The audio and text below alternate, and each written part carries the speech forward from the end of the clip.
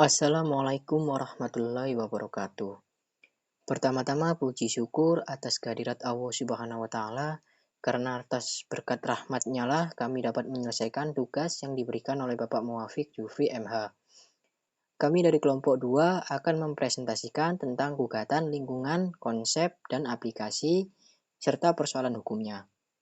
Namun sebelum itu kami akan memperkenalkan anggota kami yang berjumlah 6 orang.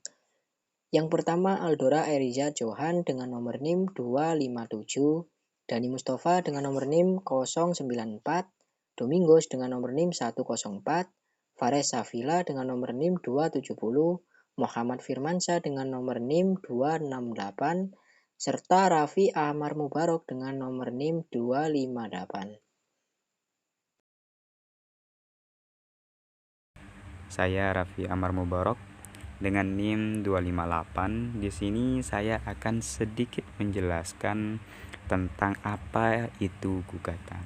Nah, sesuai dengan slide yang ditampilkan, gugatan merupakan permasalahan perdata yang mengandung sengketa antara dua orang atau lebih. Jadi dalam gugatan itu ada dua pihak atau lebih. Nah, yang mana gugatan tersebut nantinya diajukan kepada Ketua Pengadilan Negeri. Jadi semua gugatan masuk kepada Ketua Pengadilan Negeri. Nah, yang mana dalam gugatan salah satu pihak sebagai penggugat, nah sedangkan pihak lain sebagai tergugat. Nah, pihak penggugat ini adalah pihak yang menggugat pihak lain.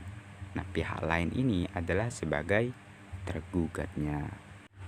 Oke, kemudian saya akan sedikit menjelaskan tentang legal standing.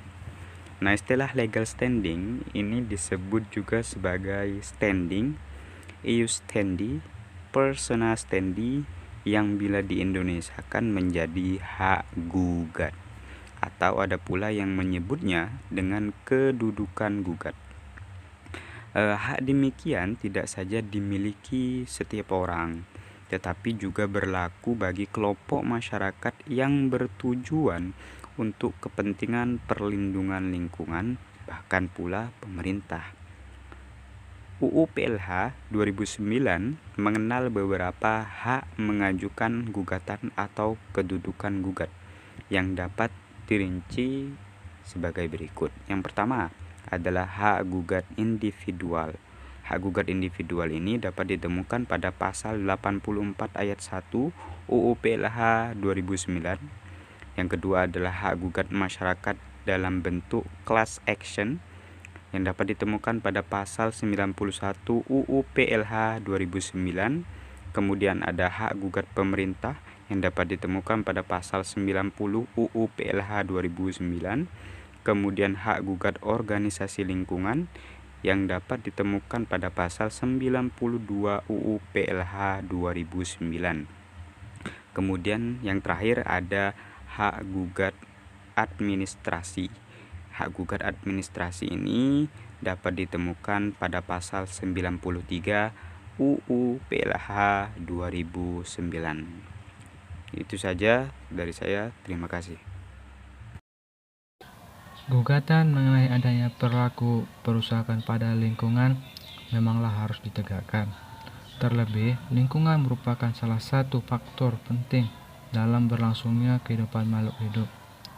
Penegakan hukum dapat dijadikan sebagai aturan mengatasi permasalahan lingkungan hidup dengan berpedoman pada Undang-Undang Nomor 32 Tahun 2009 tentang pengolahan dan perlindungan lingkungan hidup. Berdasarkan pasal 90 ayat 1 Undang-Undang Perlindungan dan Pengolahan Lingkungan Hidup, pemerintah daerah berwenang untuk mengajukan gugatan ganti rugi dan tindakan tertentu terhadap badan usaha atau kegiatan yang mengakibatkan rusaknya lingkungan hidup, yang mengakibatkan kerugian bagi lingkungan hidup itu sendiri maupun negara. Beberapa hak mengajukan gugatan atau kedudukan gugat, diantaranya 1. Hak gugat individual, diatur dalam pasal 84 ayat 1 Undang-Undang Perlindungan dan Pengelolaan Lingkungan Hidup 2009. Yang kedua, hak masyarakat dalam bentuk class action. Diatur dalam pasal 91 Undang-Undang Perlindungan dan Pengelolaan Lingkungan Hidup 2009. Yang ketiga, hak gugat pemerintah. Diatur dalam pasal 90 Undang-Undang Perlindungan dan Pengelolaan Lingkungan Hidup 2009. Yang keempat, hak gugat organisasi lingkungan yang diatur dalam pasal 92 Undang-Undang Perlindungan dan Pengelolaan Lingkungan Hidup 2009.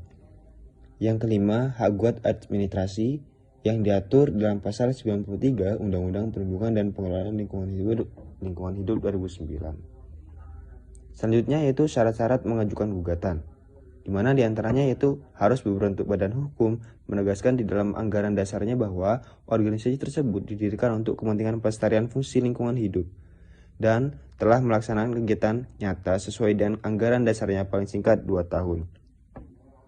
Permasalahan lingkungan. Masalah lingkungan terjadi karena faktor alami bencana alam dan perbuatan kerusakan yang dilakukan oleh manusia. Jadi ada dua indikator yang mempengaruhi masalah pada lingkungan. Namun bisa kita simpulkan bahwa hukum yang akan berlaku pada kerusakan yang memang disebabkan oleh perbuatan manusia saja. Permasalahan kebijakan pengelolaan lingkungan. Pemerintah menerbitkan Undang-Undang Nomor 23 Tahun 1997 yang kemudian disempurnakan melalui penerbitan Undang-Undang Nomor 32 Tahun 2009. Contoh permasalahan pada lingkungan.